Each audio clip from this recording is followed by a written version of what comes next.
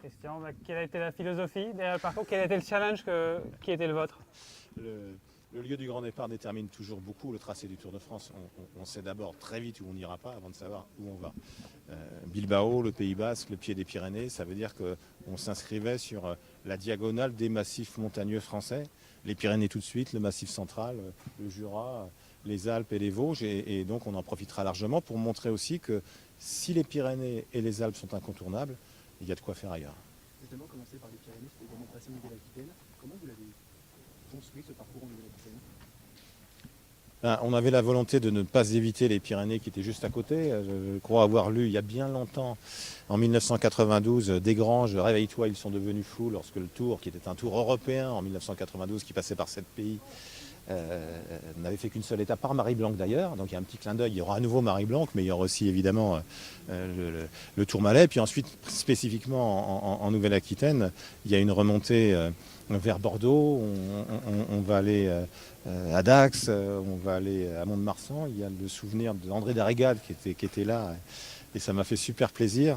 L'une des figures du cyclisme d'autrefois. Il y a aussi des collectivités comme Mont-de-Marsan ou le Gers qui nous avaient dit on souhaiterait, on rêverait d'être sur la route du Tour pour le cinquantenaire de la victoire de Lucio Cagna. Enfin, le Tour, c'est tout ça. C'est ce qui se passe aujourd'hui et demain, mais c'est aussi ne pas oublier ses racines. Et voilà. Et puis Bordeaux, c'est une des villes évidemment historique du Tour de France, où nous n'étions plus allés depuis 2010 et qu'on est ravis de retrouver pour un final sur les quais, 2 km de ligne droite, qui sera évidemment pour les sprinters. La municipalité était facile à convaincre d'ailleurs, parce que Bordeaux, Pierre Urmic, l'écologie, tout ça. Mais ne vous trompez pas et remettez à chaque fois les choses dans l'ordre. C'est-à-dire que nous ne pouvons aller que là où les élus souhaitent qu'on aille. C'est-à-dire que nous sommes des locataires. Nous sommes des locataires. La route ne nous appartient pas. Donc Pierre Urmic, dès qu'il a été élu maire, m'a fait savoir qu'il souhaitait accueillir à nouveau le Tour de France et que de ce point de vue-là, il s'inscrivait dans la trajectoire de son prédécesseur. Donc on est ravis, on va y aller, voilà. Mais vous savez, ça n'est pas la première ville écolo, puisqu'on était à Tours il y a 2 ans, qu'on organise en plus Paris-Tours, et Emmanuel Denis est aussi un maire écologiste.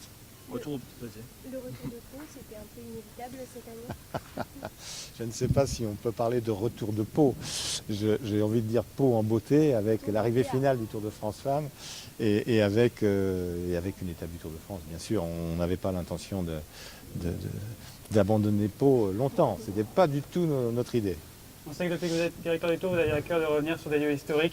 L'Isoire, le Tourmalet, le Puy-de-Dôme cette année. Ça va être quelque chose de spécial pour vous? Oui, le Puy-de-Dôme s'inscrit complètement dans cette volonté de renforcer les mythes ou de les faire revivre. On a fait en 2011 la seule arrivée au sommet du Galibier, on a fait en 2017 la seule arrivée au sommet de l'Isoire. Et là, on va revenir au Puy-de-Dôme. D'aucuns pensaient que ce serait impossible. C'est à nouveau possible grâce aux élus, puisqu'il nous faut leur autorisation, bien évidemment. Je suis absolument ravi, avec des choses particulières comme les 4 derniers kilomètres sans public, mais partout dans le monde. C'est-à-dire qu'on va profiter de ça. Le Puy-de-Dôme, encore une fois, c'est la légende du Tour de France. Alors c'est beaucoup d'émotions, oui, en effet. C'est bien plus de l'émotion qu'une satisfaction. C'est du bonheur et de l'émotion.